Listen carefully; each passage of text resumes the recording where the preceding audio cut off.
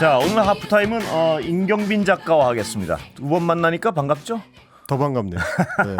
얼마나 말이 이렇게 뜨나 볼래 즉각 대답하셔서 고맙습니다. 아 저요? 네. 아 그런 건 잘합니다 제가. 자, 오늘 이종섭 대사 얘기를 좀 해볼까요? 네, 이종섭 대사 얘기 아까 뉴스 신세계에서도 말씀을 전해드렸는데, 근데 이제 하프타임에서는 좀 다른 각도로 이 사안을 좀 짚어봤으면 해가지고 준비를 해봤습니다. 많은 언론들이 상당히 많은 관심을 가지고 이제 이 사안을 다양한 각도에서 보도를 했는데, 좀 특이한 각도로 보도한 내용들을 좀 준비해봤습니다. 유난히 눈에 띄는 표현, 승부사. 승부사라는 단어였는데. 아, 그렇습니까? 네, 승부사. 대통령을 묘사한 거죠? 가 윤석열 대통령을 두고 예. 이종섭 대사의 복귀 시나리오와 관련해서 승부사적 기질을 발휘했다. 어느 부분이 승부사인가요? 그러니까 이제 굉장히 좀 위기에 봉착을 했는데 그 위기를 돌파하기 위한 중요한 타이밍, 적절한 타이밍에 귀국 카드를 꺼내드는 그런 승부사적 기질을 발휘했다라는 표현을 하는 언론들이 있었습니다. 근데 그 과정을 보면 그게 아니지 않습니까? 뭐냐하면 아니 대통령이 승부사고 뭐 정치적 행위를 해서 그게 성공적이면 뭐 국민이 즐겁고 즐거운 거죠. 그런데 그렇죠.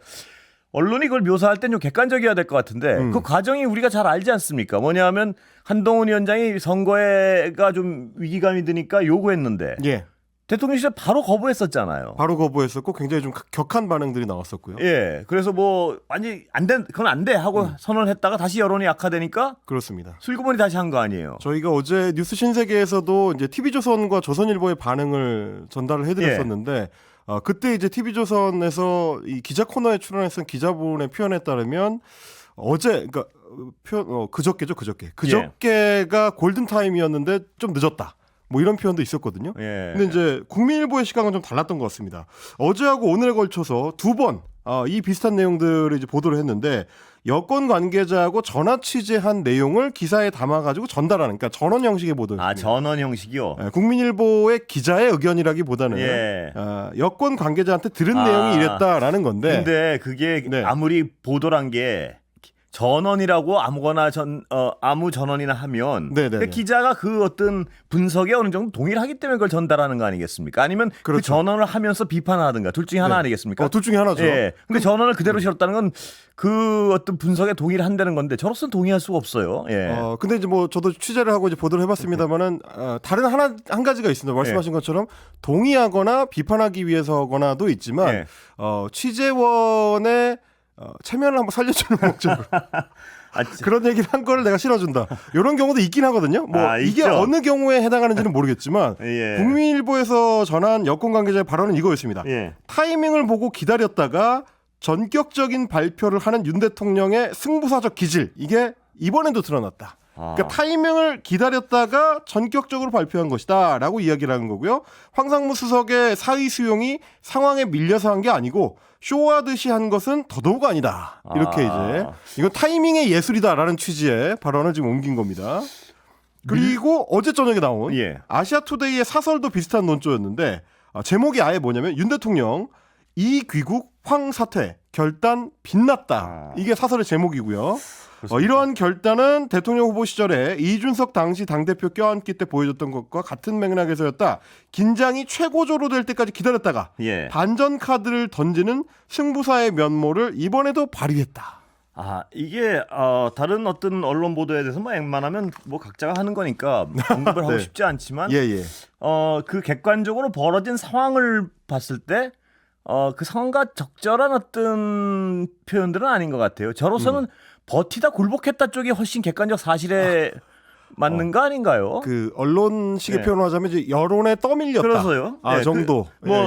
어떤 주관적 표현을 하고 싶지는 않지만 그 일련의 과정을 적확하게 표현하는 방법이 뭔가를 따졌을 때 여론에 떠밀려 굴복했다 정도가 더 어떤 객관적 사실에 부합하는 건 아닌가 이런 생각이 좀 들고요. 있을 것 같습니다. 평가를 굳이 해보자면 이를테면 이준석 당대표를 이제 대선 당시에 껴안았던 것도 본인이 그 타이밍을 만들고 기다렸다고 하긴 조금 어렵거든요. 그렇습니다. 왜냐면 뭐 그때 표현으로는 이제 이준석 당대표가 가출을 한 상태였기 때문에 당 밖으로 나가서 전국을 떠돌고 있는 거라서 본인이 통제할 수 있는 타이밍에 있지는 않았기 때문에 적절한 어떤 비교는 아닌 것 같다. 뭐 이런 말씀 좀 드리고 싶습니다. 그리고 한동훈 위원장이 이종섭 대사 귀국 관련해 가지고 언급을 했는데 어떤가 한번 들어볼까요? 그렇습니다. 이종섭 대사의 이제 그 귀국 관련해 가지고 한동훈 위원장이 한 얘기 들어보시겠습니다.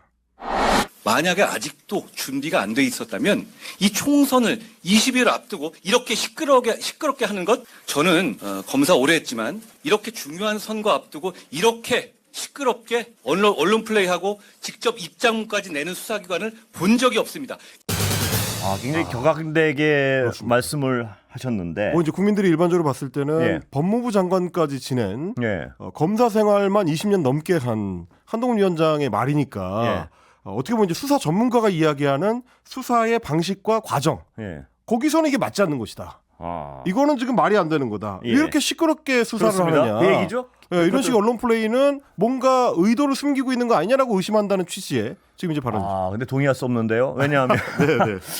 야, 입장문까지 내는 수사기관은 본 적이 없다. 왜냐하면 이 입장문은 우리가 어젠가도 얘기를 했지만 공수처가 출국에 동의했다고 발표를 하니까 대통령실에서 먼저 발표했죠. 대통령실에 먼저 그럼 가만히 있을 수가 없잖아요. 사실이 아닌데 공수처 그렇죠. 입장에서는 동의하지 않았다. 그렇죠. 이런 입장을 안 밝히면 오히려 문제 아닌가요? 이게 만약 사실이 아니라면. 그래서 공수처 핵심 관계자가 기자들하고 간담회를 하면서 했었던 얘기는 우리가 이걸 입장을 밝히지 않으면 국민들한테 거짓말을 하는 셈이 되기 때문에 밝힐 수밖에 없었다. 그러니까 이제 어쩔 수 없이 밝혔다는 취지였었던 건데 한동훈 비대위원장은 좀 이제 다르게 해석을 하고 있는 것 같고. 그리고 언론 플레이를 하고 입장문을 내는 수사기관은 저는 이제 지난 정권 때도 많이 봤었는데 그때 한동훈 검사가 그 각 수사들의 굉장히 좀 중요한 역할을 하고 있었거든요. 아시다시피 이제 국정농단 사건과 그렇습니다. 관련된 수사 때는 굉장히 언론들의 활발한 취재가 있었고 매일매일 그 당시 이제 특검팀에서 언론 브리핑을 했었기 때문에 그걸 두고 언론 플레이다 혹은 입장문까지 시끄럽게 내는 수사기관이다라고 하는 사람들은 많지 않았던 것 같습니다. 비교가 과연 이제 적절한지 이런 것도 좀 따져봐야 될 것 같습니다. 그리고 특수부검사 출신 아닙니까? 그렇습니다.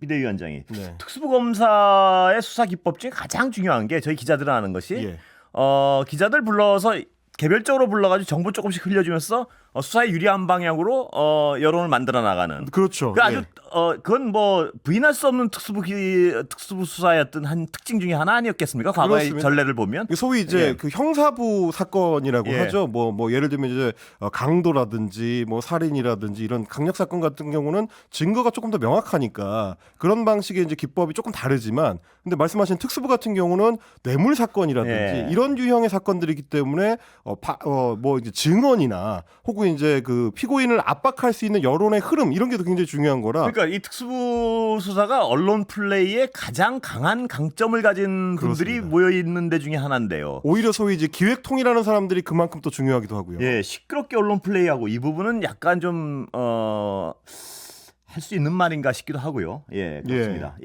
그리고 이제 한동훈 비대위원장 관련해 가지고 이제 발언을 할 때 뭐 말씀을 소개를 드릴 때 좀 이제 그 소개를 드릴 수밖에 없는 게 이종섭 그 대사의 수사 준비가 제대로 안 돼 있다. 이걸 좀 빨리빨리 진행을 해가지고 사람 기다리게 하지 말고 이제 불러야 된다. 이런 공수처가 질질 끌고 있다는 식의 비판이죠. 이런 취지인데. 반대로 송영길 소나무당 대표, 지금 이제 소나무당 대표인데요. 이제 예전에 민주당 전 대표였었고 작년에는 전당대회 돈봉투 사건 때문에 한창 시끄러울 때 검찰 수사에 내가 가서 응하겠다라고 소위 이제 셀프 출석을 하고 그게 이제 두 차례나 이어지면서 여러 공방이 검찰하고 송 전 대표 사이에 이제 있었는데 그때 법무부 장관이 한동훈 장관입니다. 그때는 나 출석해서 수사받겠다라고 하는 거에 대해서 뭐라고 했었는지 들어보시겠습니다. 들어보시죠. 오늘도 또 나오셨나요? 다음 주 초에 송영길 대표님 본인의 당선을 위해서 돈봉투 뿌렸다는 혐의로 민주당 국회의원 두 분에 대해서 체포동의안 표결이 예정돼 있죠. 이렇게 수사는 일정에 따라서 진행되고 있는데요. 본인이 마음 다급하시더라도 절차에 따라서 수사에 잘 응하시면 될 것 같습니다. 이 말씀을 이종섭 대사 앞에서 좀 틀어드리고 싶네요. 수사는 절차가 있는 것이고 절차에 따라서 응하면 된다라는 얘기거든요. 그 당시에 서울중앙지검, 그러니까 수사 당국이죠. 그 관계자의 말을 좀 전해드리면 이런 얘기였습니다. 소환조사라는 거는 수사의 한 방식으로 수사팀이 실체 규명을 위해서 필요한 시기에 부르는 것이지 피조사자가 일방적으로 요구하거나 재촉할 수 있는 사안이 아니다. 형사사법 절차는 모두에게 공정해야 된다라고 이야기를 했었습니다. 그럼 그 얘기를 이종섭 대사한테 그대로 적용을 하면 형사사법 절차는 모두에게 공정해야 되고 그대로 실제 규명을 위해서 필요한 시기를 부를 테니까 기다리세요가 될 수 있는 거죠. 우리 헬마가 그거 그대로 적용 안 해도 들으면 그냥 그대로 적용이 되네. 네. 그리고 한동훈 위원장이 아직도 수사가 준비가 안 됐다면 총선을 20일 앞두고 이 얘기도 아까 이 한동훈 위원장 본인의 어떤 이 발언을 좀 들려주고 싶은 부분도 있고요. 아, 네네네, 그렇죠. 그러니까 사실은 수사는 절차가 있고 절차가 알아서 진행되는 있는 것이고, 것이지. 사실 정치적 일정과 수사 진행은 별개의 것이기 때문에 그게 늘 하던 얘기였죠. 그렇습니다. 한동훈 법무부 장관이 하던 얘기였습니다. 수사 담당자 일 때와 법무부 장관일 때요. 예. 자, 박근혜 대통령 얘기 잠깐 해볼까요? 시간 다 됐나? 아, 시간이 다 됐네요. 네. 헬마 두 번 만나니까 시간이 더 잘 갑니다. 예. 오늘 여기까지 하겠습니다. 예. 내일 뵙겠습니다. 감사합니다. 수고하셨습니다. 안녕하세요.